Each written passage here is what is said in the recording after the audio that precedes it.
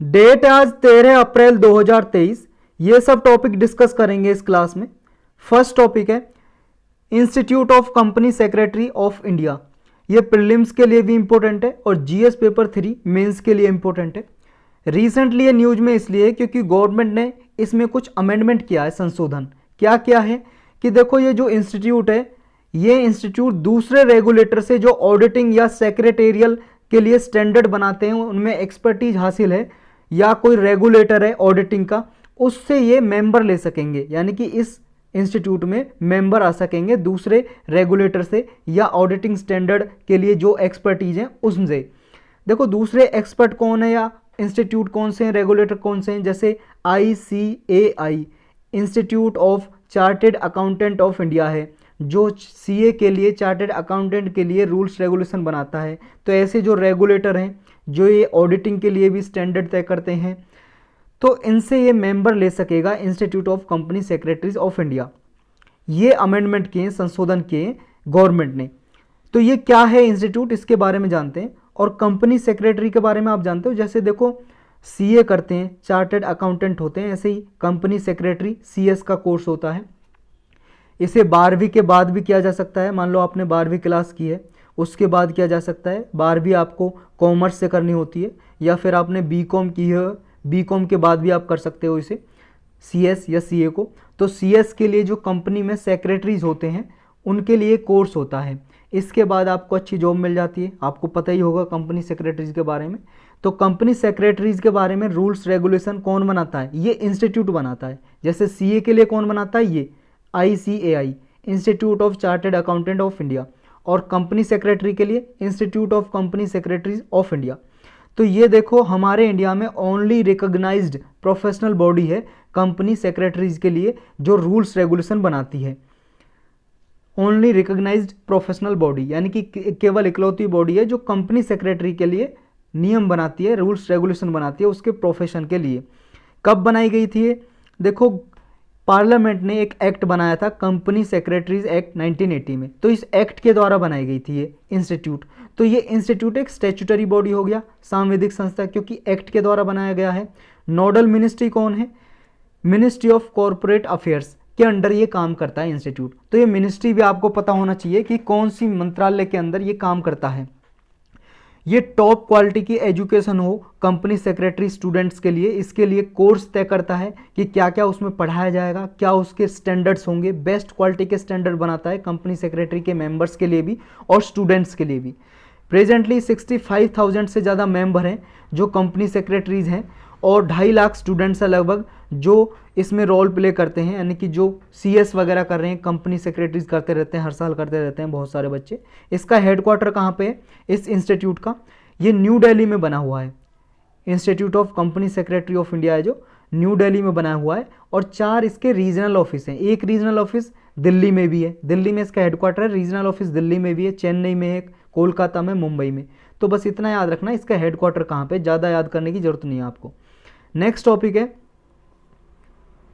State development loans.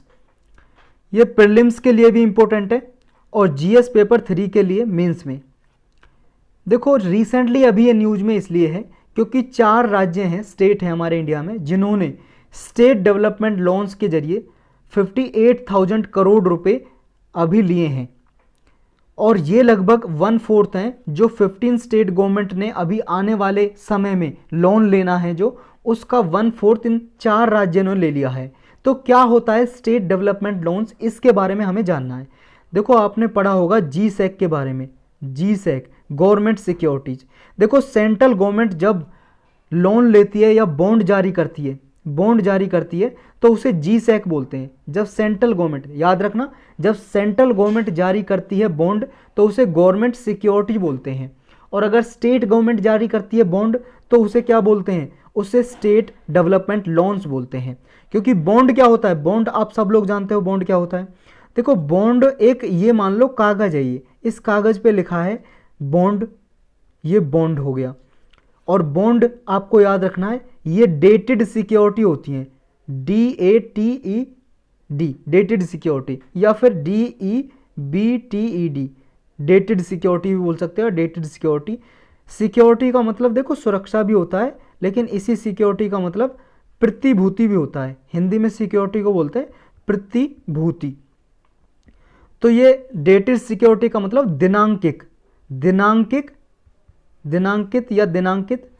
दिनांकित प्रतिभूति या dated security बोल सकते हो आप।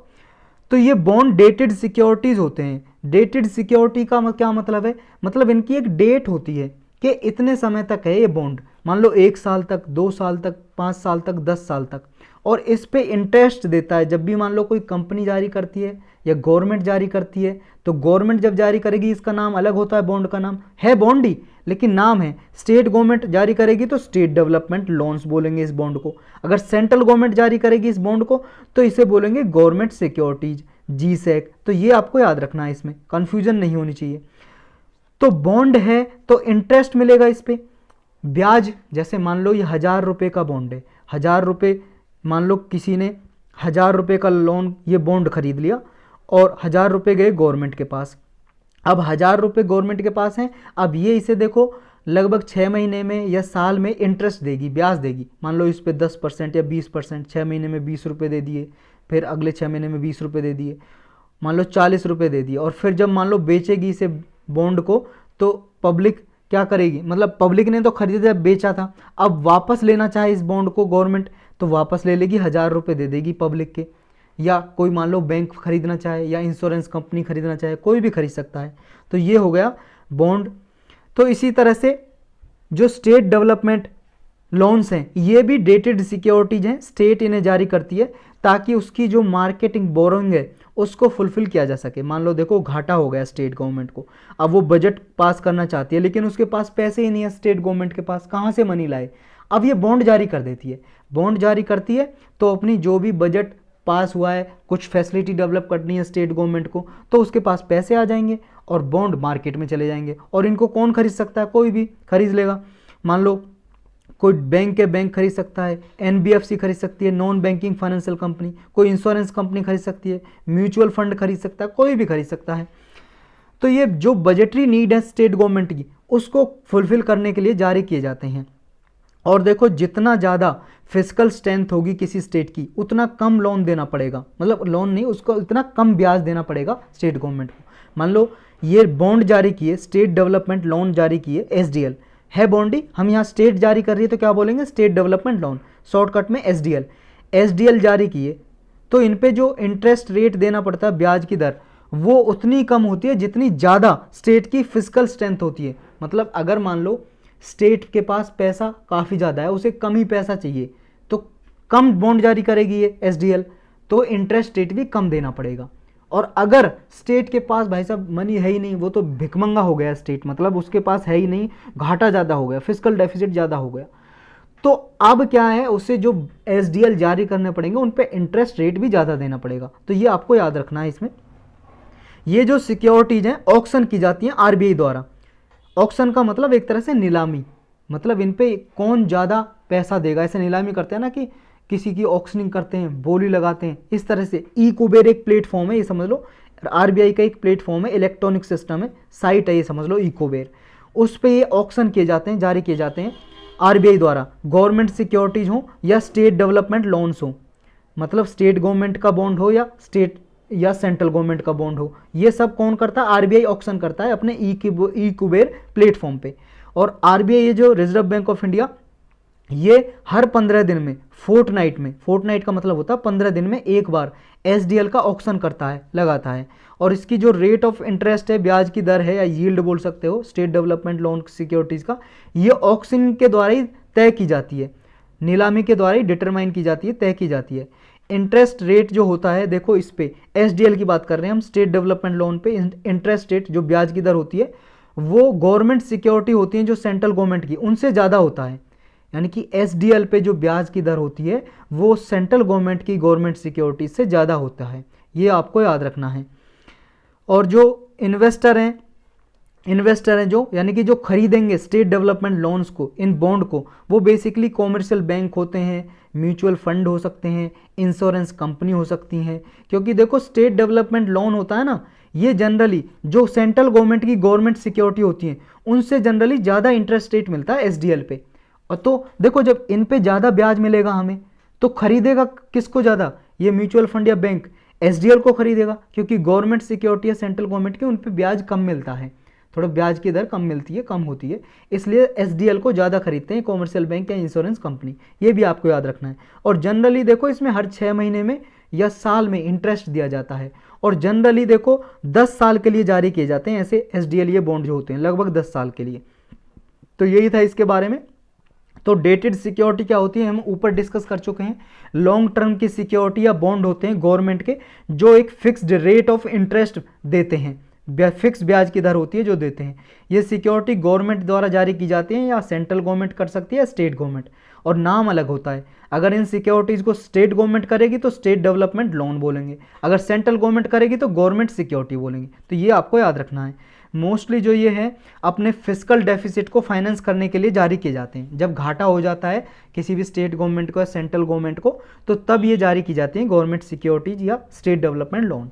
तो यही था इसके बारे में।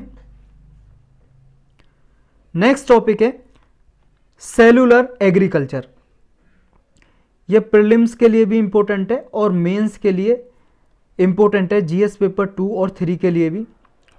देखो सेलुलर एग्रीकल्चर का क्या मतलब है, एग्रीकल्चर का, एग्रीकल्चर आप जानते हो कृषि, सेलुलर का मतलब है सेल से की गई कृषि। और सेल आप जानते हो, सेल सबकी बॉडी सेल से बनी हुई है, सब में सेल्स होती हैं, चाहे कोई भी लिविंग बींग्स हो, एनिमल हो, बर्ड हो, आदमी हो या प्लांट हो, सब में सेल होती हैं। तो देखो जो ये मीट या मिल्क या एग होते हैं ये एनिमल बेस्ड प्रोडक्ट होते हैं, लेकिन सेलुलर एग्रीकल्चर एक तरीका है कि जो नेचुरली ये मांस, दूध या अंडे नेचुरली बनते हैं। मिल्क भैंस देती है, गाय देती है या बकरी देती है, अंडे मुर्गी देती है, या मांस जो होता है इनका पशुओं का, जो भी लोग मांस खाते हैं, मीट खाते हैं, तो ये एनिमल बेस्ड प्रोडक्ट हैं सारे। अगर इनको हम सेल के द्वारा लेबोरेटरी में बनाए दें, सेल का यूज करके और आर्टिफिशियली हम लेबोरेटरी में बनाएं इन सब चीज़ों को, जो नेचुरली एनिमल बेस्ड प्रोडक्ट हैं, इनको हम सेल के द्वारा लेबोरेटरी में बनाएं, तो इस तरीके को हम बोलते हैं सेलुलर एग्रीकल्चर, या फिर इसे बोल सकते हो आप, क्योंकि सेलुलर एग्रीकल्चर को हम टिश्यू इंजीनियरिंग या फर्मेंटेशन टेक्निक के द्वारा बनाते हैं। तो जो हम टेक्निक यूज करते हैं उस टेक्निक का नाम क्या है, टिश्यू इंजीनियरिंग या फर्मेंटेशन। और टिश्यू इंजीनियरिंग या फर्मेंटेशन टेक्निक, इसका क्या नाम दोगे आप टिश्यू इंजीनियरिंग टेक्निक का, कि सेल्स को यूज करके लेबोरेटरी में हम इससे एनिमल बेस्ड प्रोडक्ट बना सकते हैं, और इस पूरे प्रोसेस को बोलते हैं cellular agriculture. Tissue engineering technique का यूज करके सेल्स के द्वारा एग्रीकल्चर में जो एनिमल बेस्ड प्रोडक्ट होते हैं, मीट, मिल्क, एग, इनको हम सेल्स के द्वारा लेबोरेटरी में बना सकते हैं। इसी प्रोसेस को बोलते हैं सेलुलर एग्रीकल्चर। तो क्या सिग्निफिकेंस है, हम क्यों बनाते हैं इनको, जब नेचुरली देखो हो रहे हैं, मुर्गी अंडे दे रही हैं, गाय भैंस दूध दे रही हैं, मांस भी हो जाता है मुर्गी मुर्गे से या बकरे बकरी से, तो फिर क्यों हम बना रहे हैं इन्हें। देखो जो ये हम पशु पालते हैं इनसे बहुत सारा इन्वायरमेंट को नुकसान भी होता है। जैसे एनिमल एग्रीकल्चर से नुकसान क्या होता है, जैसे गाय भैंस होती हैं, इनसे ग्रीन हाउस गैस का इमिशन होता है। जैसे मान लो गाय भैंस ने खाना खाया, खाना खाने के बाद वो पचाती रहती है, उसके मुंह से झाग निकलते रहते हैं, तो उस टाइम पे मीथेन गैस निकलती रहती है, और मीथेन क्या है, एक ग्रीन हाउस गैस है। तो ये ग्रीन हाउस गैस का इमिशन होता है। और जब मान लो बड़े लेवल पे पशु पाले जाएंगे, ये एनिमल या कैटल, गाय बैल या फिर मुर्गी उत्पादन किया जाएगा, poultry farming, POULTRI, poultry farming मतलब मुर्गी उत्पादन। तो इनमें क्या लैंड यूज भी होता है, बहुत सारी भूमि भी चाहिए, और वाटर का कंजम्पशन भी ज़्यादा होता है। तो अगर हम इन चीज़ों को लैब में बना लें तो ये सब चीज़ें कम हो जाएंगी, ग्रीन हाउस गैस कम हो जाएगी, लैंड यूज कम हो जाएगी, वाटर कंजम्पशन कम हो जाएगा। तो ये इसका फ़ायदा है। एग्जाम्पल क्या है, देखो एग्जाम्पल ये है, कैलिफोर्निया एक स्टेट है USA में, अमेरिका में, वहाँ पे एक परफेक्ट डे कंपनी है, स्टार्टअप कंपनी बोल सकते हो। इसने जेनेटिकली इंजीनियर्ड फंजाई का यूज करके मिल्क प्रोटीन प्रोड्यूस किया है। मिल्क में प्रोटीन जो होता है उसको बोलते हैं वे प्रोटीन, WHEY, वे प्रोटीन। तो वे प्रोटीन लैब में बनाया है, इसमें जो मिल्क में पाया जाता है, बिना किसी गाय का यूज किए हुए। और देखो एक टर्टल ट्री लैब है सिंगापुर में, सिंगापुर कंट्री आप जानते हो कहाँ पे है, एशियन कंट्री है। तो टर्टल ट्री लैब है जो सिंगापुर में। उसने देखो, ये फर्स्ट कंपनी है जिसने स्टेम सेल को यूज करके, मैमल से ही लिए स्टेम सेल, उसका यूज करके मिल्क बना दिया। जैसा गाय भैंस दूध देते हैं, उसने दूध ही बना दिया आर्टिफिशियली स्टेम सेल का यूज करके। तो ये इतने डेवलपमेंट हो चुके हैं इस सेलुलर एग्रीकल्चर में, तो ये आपको याद रखने हैं। नेक्स्ट टॉपिक है, और देखो ये एग्जाम्पल ना यूज किया जा सकता है, जैसे इन्वायरमेंट, और इन्वायरमेंट के लिए सस्टेनेबल तरीके खोजते हैं हम, तो इन्वायरमेंटल को कैसे सस्टेनेबल तरीके से बचाया जा सकता है, ये एग्जाम्पल इन्वायरमेंट से रिलेटेड एसए का टॉपिक आता है, उसमें भी यूज किए जा सकते हैं। सेलुलर एग्रीकल्चर का आप दे सकते हो एग्जाम्पल वहाँ पे। नेक्स्ट टॉपिक है लाइव स्टॉक इंश्योरेंस स्कीम। ये प्रीलिम्स के लिए भी इंपॉर्टेंट है और जीएस पेपर 3 के लिए भी। लाइव स्टॉक आप जानते हो पशुओं को बोलते हैं, पशु में कोई भी आ सकता है। लाइव स्टॉक में देखो, इसमें मुर्गी को छोड़ के, पोल्ट्री को छोड़ के, मुर्गा मुर्गी को छोड़ के सारे आते हैं लाइव स्टॉक में, जैसे गाय, बैल और आपका बकरा, बकरी, भेड़, कैमल, ऊंट, ये सब आते हैं लाइव स्टॉक में। तो इनका इंश्योरेंस स्कीम के लिए अभी डिमांड आई है। पहले देखो एक इंश्योरेंस स्कीम ऑलरेडी लॉन्च की थी गवर्नमेंट ने, लेकिन वो ना कामयाब सफल साबित नहीं हुई। और 2022-23 में जो डेटा था उसका, इसमें पार्लियामेंट्री स्टैंडिंग कमेटी ने बताया पार्लियामेंट में कि जीरो इंश्योरेंस कवरेज हुआ है 2022-23 में, यानी कि पिछले साल एक भी इंश्योरेंस नहीं हुआ, एक भी कैटल का इंश्योरेंस नहीं हुआ, ऐसा कहा।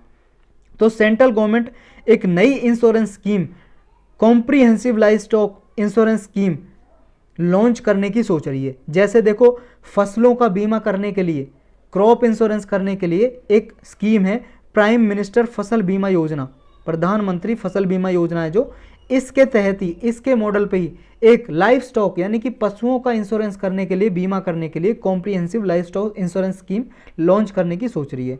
तो ये जो प्रपोजल है कॉम्प्रिहेंसिव लाइफ स्टॉक इंश्योरेंस का, ये जो present life stock insurance scheme है इसको रिप्लेस करेगा। अभी ये स्कीम है इंश्योरेंस की, ये चल रही है। इंश्योरेंस तो आप जानते हो बीमा, जैसे मान लो पशुओं का बीमा कराया किसी किसान ने, कोई पशु पालता है, उसने बीमा कराया, वो मान लो एक गाय रखता है या भैंस रखता है, उसने इंश्योरेंस करा लिया, उसकी मान लो भैंस की कीमत 1 लाख रुपए है, तो उसने इंश्योरेंस करा लिया। तो फिर ये कुछ, जिस कंपनी ने इंश्योरेंस किया है, गवर्नमेंट ने इंश्योरेंस किया है, गवर्नमेंट की कोई कंपनी होगी जिसने इंश्योरेंस किया है, या कोई प्राइवेट कंपनी को भी दे सकता है टेंडर गवर्नमेंट। तो जिस कंपनी ने इंश्योरेंस किया है, बीमा किया है, तो ये जो किसान है, ये किसान उस कंपनी को कुछ प्रीमियम देगा। प्रीमियम का मतलब ये समझ लो इंस्टॉलमेंट, किस्त देगा साल में, मान लो कुछ %, और उसका बीमा हो जाएगा। अगर मान लो पशु मर जाता है या बीमार हो जाता है, जो भी खर्चा आएगा वो ये कंपनी लगाएगी। अगर मर जाता है तो उसका पूरा पैसा, जितने का इंश्योरेंस हो रखा था 1 लाख का, तो 1 लाख रुपए दे गया किसान को। तो इस तरह से इंश्योरेंस करा सकते हैं इस लाइफ स्टॉक इंश्योरेंस स्कीम के जरिए। लेकिन इसका जो स्टेटस है अभी क्या है, देखो हमारी पूरी कंट्री में जो कैटल पॉपुलेशन है उसका 1% से भी कम इंश्योरेंस हुआ है। जितनी भी हमारी पॉपुलेशन है पशुओं की, उसका 1% से भी कम का इंश्योरेंस हुआ है, बीमा हुआ है। और एवरेज जो इंश्योरेंस में प्रीमियम देना पड़ता है किसानों को, किस्त देनी पड़ती है एक तरह से प्रीमियम, वो है 4.5%। अब समझ लो 1 लाख रुपए की मान लो भैंस है, अगर साल में उसे 4.5% यानी कि लगभग 4,500 रुपये देने पड़ेंगे। काफ़ी ज़्यादा होते हैं भाई साहब किसान के लिए 4,500 रुपये देना। तो ये एक तो बहुत ज़्यादा रकम है, ये बहुत ज़्यादा, जो प्रीमियम की जो रेट है ये बहुत ज़्यादा है। एक ये भी प्रॉब्लम है इसमें, आगे इसमें है भी, देखो पढ़ेंगे हम। प्रपोजल में ये कहा है, जो भी नई इंश्योरेंस स्कीम जारी करने के लिए कहा है, इसलिए कहा है इसमें कमी है इस स्कीम में, तभी तो नई स्कीम लाने की सोच रहे हैं। तो इसमें क्या है, इसमें बोला है, देखो प्रपोजल में पार्लियामेंट्री स्टैंडिंग कमेटी ने कहा है कि जो प्रीमियम है कैटल रियरिंग के लिए, जो पशु पालते हैं, कैटल का मतलब गाय बैल को बोलते हैं, जो पशु पालते हैं, तो ये वेव ऑफ करो। वेव ऑफ का मतलब इसे ख़त्म कर दो। किसके लिए? SC ST कैंडिडेट के लिए, जो मान लो शेड्यूल कास्ट, शेड्यूल ट्राइब में आते हैं, अनुसूचित जाति जनजाति में वंचित तबके के लोग पशुपालन करते हैं, उन्हें जो प्रीमियम देना पड़ता है 4.5%, इसको बिल्कुल हटा दो, उन्हें ना देना पड़े। एक तो भाई साहब वो ऑलरेडी बहुत गरीब हैं, उन्हें इतना 4,500 रुपये देना पड़ेंगे, कहाँ से देंगे, और वो इंश्योरेंस करा ही नहीं पाएंगे। तो इसको हटाओ, ऐसा प्रपोजल रखा है पार्लियामेंट्री स्टैंडिंग कमेटी ने। दूसरा कहा है कि जो और किसान हैं, अधिकतर किसानों पे भी जो प्रीमियम की राशि है इसे कम करो। जो 4,500 देने पड़ते हैं, लगभग 4,500 नहीं, 4.5%, मैं तो इसलिए बता रहा हूँ 4,500, अगर 1 लाख का इंश्योरेंस होगा तो 4,500 देने पड़ेंगे। तो 4.5% याद रखो आप। जो 4.5% 4,500, सॉरी फिर 4,500 आ रहा है, मतलब 4.5% है जो 4.5%। तो इसको जो रेट है इसको कम करो प्रीमियम की रेट को, ताकि और ज़्यादा से ज़्यादा किसान अपने आप को इस स्कीम में इनरोल करा सकें, इस स्कीम का फ़ायदा ले सकें। ज़्यादा से ज़्यादा लाइफ स्टॉक को इंश्योरेंस में कवर करो ताकि उनको प्रोटेक्ट किया जा सके लंपी स्किन डिसीज जैसी बीमारी से। तो ये भी एक प्रॉब्लम है इसमें। तो जो लाइफ स्टॉक इंश्योरेंस स्कीम है इसके बारे में पढ़ लेते हैं, कब लॉन्च की थी, जिसके जरिए किसान अपने पशुओं का बीमा कराते हैं। जो लाइफ स्टॉक इंश्योरेंस स्कीम है ये 2008-9 में डिक्लेयर की थी, लॉन्च की थी। सेंट्रली स्पॉन्सर्ड स्कीम है। इम्प्लीमेंट कौन करता है, देखो इसको करता है ministry of animal husbandry dairying fisheries के अंदर ये डिपार्टमेंट है, डिपार्टमेंट का नाम भी है department of animal husbandry dairying and fisheries. ये डिपार्टमेंट इसको लागू करता है और इसमें 100 सिलेक्टेड डिस्ट्रिक्ट हैं जहाँ पे लागू की जाती है। हमारे पूरे देश में 100 ऐसी डिस्ट्रिक्ट हैं जहाँ पे लागू की जाती है। इसके जो बेनिफिशियरीज हैं वो हैं जिनमें जो ऐसा पशु है जो हाई यील्डिंग कैटल है या बफेलो है, जिसकी मतलब जो देखो अपने, जैसे मान लो कोई पशु है जिसने अभी बेबी दिया, वो दूध देगा, फिर अपना जो दूध देगा जब तक, यानी कि जो उसका लैक्टेशन पीरियड है उसमें 1500 लीटर से ज़्यादा वो दूध देगा, वो हो जाते हैं हाई यील्डिंग कैटल। तो इनका ही इंश्योरेंस होता है लगभग इसमें। और इंश्योरेंस कवरेज है जो इसमें वो मार्केट प्राइस पे होता है, यानी कि मान लो जिस गाय का या भैंस का मार्केट प्राइस उस समय पे जितना है उतना ही का ही इंश्योरेंस होगा। मान लो एक भैंस की कीमत 1 लाख है या 50,000 है या 40,000 है, उस टाइम पे मार्केट रेट जो भी होगा उतने का ही इंश्योरेंस होगा। ऐसा नहीं है मार्केट में कीमत 40,000 है और आप उसकी कीमत 1 लाख रुपए से इंश्योरेंस करा रहे हो, ऐसा नहीं होगा। तो इतना ही इंश्योरेंस होगा। गवर्नमेंट इसमें सब्सिडी देती है, सेंट्रल गवर्नमेंट 100% सब्सिडी देती है। बेनिफिट जो इसका है मैक्सिमम 2 एनिमल ले सकते हैं पर बेनिफिशियरी, मतलब एक आदमी 2 ही पशुओं का इंश्योरेंस करा सकता है 3 साल के लिए मैक्सिमम। जो इम्प्लीमेंटेशन है इसको स्टेट गवर्नमेंट है, जो स्टेट में सारे स्टेट ने इसको लागू किया है, सिर्फ गोवा को छोड़ के। गोवा में इसको लागू नहीं किया गया है, तो सारे स्टेट गवर्नमेंट ने बाकी लागू किया है। और स्टेट में स्टेट डेवलपमेंट एक डिपार्टमेंट होता है, state life stock development board, ये लागू करता है इसको स्टेट में इस लाइफ स्टॉक इंश्योरेंस स्कीम को। तो यही था इस इंश्योरेंस स्कीम के बारे में। नेक्स्ट टॉपिक है फ्रेम मेन्स्ट्रुअल हाइजीन पॉलिसी। ये प्रीलिम्स के लिए भी इंपॉर्टेंट है, जीएस पेपर 2 के लिए भी इंपॉर्टेंट है। ये देखो सुप्रीम कोर्ट ने अभी डायरेक्शन दिया स्टेट गवर्नमेंट को और सेंट्रल गवर्नमेंट को कि एक यूनिफॉर्म नेशनल पॉलिसी हो, किसके लिए, मेन्स्ट्रुअल हाइजीन के लिए। देखो स्कूल्स में जो लड़कियां जाती हैं, लड़कियों को लिए मेंस्ट्रुअल हाइजीन के लिए कोई वहाँ पे पॉलिसी नहीं होती है। अगर उन्हें मासिक धर्म होते हैं तो उन्हें बार बार हाइजीनिक कंडीशन मेंटेन करनी पड़ती है और उन्हें स्पेशल वॉशरूम चाहिए होता है, टॉयलेट चाहिए होता है। लेकिन बहुत सारे गवर्नमेंट स्कूल में, गवर्नमेंट एडेड स्कूल में सेपरेट बाथरूम भी नहीं होते गर्ल्स के लिए, ना ही उनके लिए कोई हाइजीनिक कंडीशन होती है। तो इसलिए सुप्रीम कोर्ट ने कहा है एक नेशनल पॉलिसी बनाई जाए मेंस्ट्रुअल हाइजीन के लिए। तो मेंस्ट्रुअल हाइजीन क्या होती है ये आप जान गए होंगे।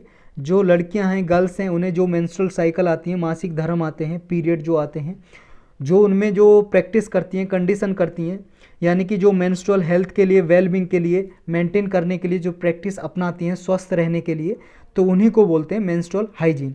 इसमें देखो क्लीन और सेफ मेंस्ट्रुअल प्रोडक्ट होने चाहिए, पैड वगैरह, वॉशिंग और चेंजिंग रूम होने चाहिए या वॉशरूम वगैरह होनी चाहिए, क्लीन वाटर के लिए एक्सेसिबिलिटी होनी चाहिए, सैनिटेशन फैसिलिटी, वहाँ पे सॉप वगैरह हो वॉशरूम में, हाथ साफ करने के लिए वगैरह सब कुछ कंडीशन हो, या मेंस्ट्रुअल पेन डिस्कम्फर्ट को मैनेज करने के लिए वहाँ पे कोई डॉक्टर वगैरह होना चाहिए कंसल्ट करने के लिए। तो इस तरह से ये फैसिलिटी उपलब्ध हों, इसी को बोलते हैं मेंस्ट्रुअल हाइजीन।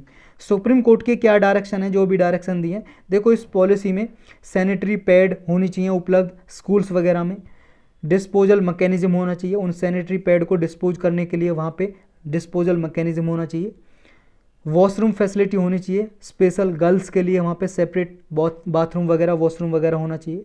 सुप्रीम कोर्ट ने कहा है कि सैनिटेशन और मेंस्ट्रुअल हाइजीन के लिए इम्पोर्टेंस दिए जाए हर एक गवर्नमेंट स्कूल में या गवर्नमेंट एडिड स्कूल में या रेजिडेंशियल स्कूल्स में। इसमें सारे जो स्टेट हैं या यूनियन टेरिटरी हैं अपना मेंस्ट्रुअल हाइजीन प्लान कैसे बनाएंगे, अगले 4 सप्ताह में प्लान सुप्रीम कोर्ट को सबमिट करेंगे, सारे के सारे स्टेट और यूनियन टेरिटरी।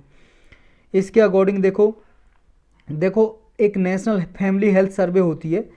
इस नेशनल फैमिली हेल्थ सर्वे में जो 5th national family health survey हुई थी उसके द्वारा ये बताया गया कि जो रूरल एरियाज़ में महिलाएं होती हैं, ग्रामीण क्षेत्र में, वो क्या है अनहाइजेनिक मेंस्ट्रुअल मेथड अपनाती हैं। जैसे उस टाइम पे जब मेंस्ट्रुअल साइकिल चल रही होती हैं, गंदा कपड़ा वगैरह यूज करना, अनहाइजेनिक कंडीशन में रहना। तो इस तरह से 15 से लेकर 25 ईयर्स की जो महिलाएं हैं वो 3 गुना ऐसी हैं अर्बन एरिया से जो अनहाइजेनिक मेंस्ट्रुअल मेथड अपनाती हैं मेंस्ट्रुअल साइकिल के दौरान। ये नेशनल फैमिली हेल्थ सर्वे का डेटा बोलता है। इसकी वजह से उन्हें बहुत सारी बीमारी हो जाती हैं, इन्फेक्शन वगैरह हो जाते हैं। बहुत सारे देखो ऐसे इन्फेक्टेड डिसीज़ होती हैं जो एक बार होने के बाद ठीक ही नहीं होती। बहुत सारी ऐसी जो खुजली टाइप होती हैं जो फंगस से होती हैं, ऐसी फंगस वगैरह हो जाती है जिनकी कोई अभी दवाई नहीं है, वो उन्हें कंट्रोल किया जा सकता है, ठीक नहीं होती बहुत बार। तो इस तरह की बीमारी भी हो जाती हैं बहुत बार, इन्फेक्टेड डिसीज़। तो यही टॉपिक थे आज के, और कुछ ऐसे टॉपिक है जो वन लाइनर हैं। और देखो हमारी इकॉनमी पूरी हो चुकी है, कंप्लीट हो चुकी है। एक टॉपिक बचा था, मैंने ढूंढा, एक कवच नाम का एक है इनिशिएटिव, कवच। देखो कवच हमने पढ़ा था, एक मिलिट्री एक्सरसाइज भी है जो हमारे अंडमान निकोबार की कमांड है, अंडमान निकोबार की जो मिलिट्री कमांड है वो कराती है। और इसमें आर्मी, नेवी, एयरफोर्स और कोस्ट गार्ड ये सब पार्टिसिपेट करती हैं, एक्सरसाइज है। और एक कवच क्या है, एक कवच है हमारे ट्रेन है जो रेलवेज है उसने लॉन्च किया है एक कवच सिस्टम। ये एक ऑटोमेटिक ट्रेन प्रोटेक्शन सिस्टम है।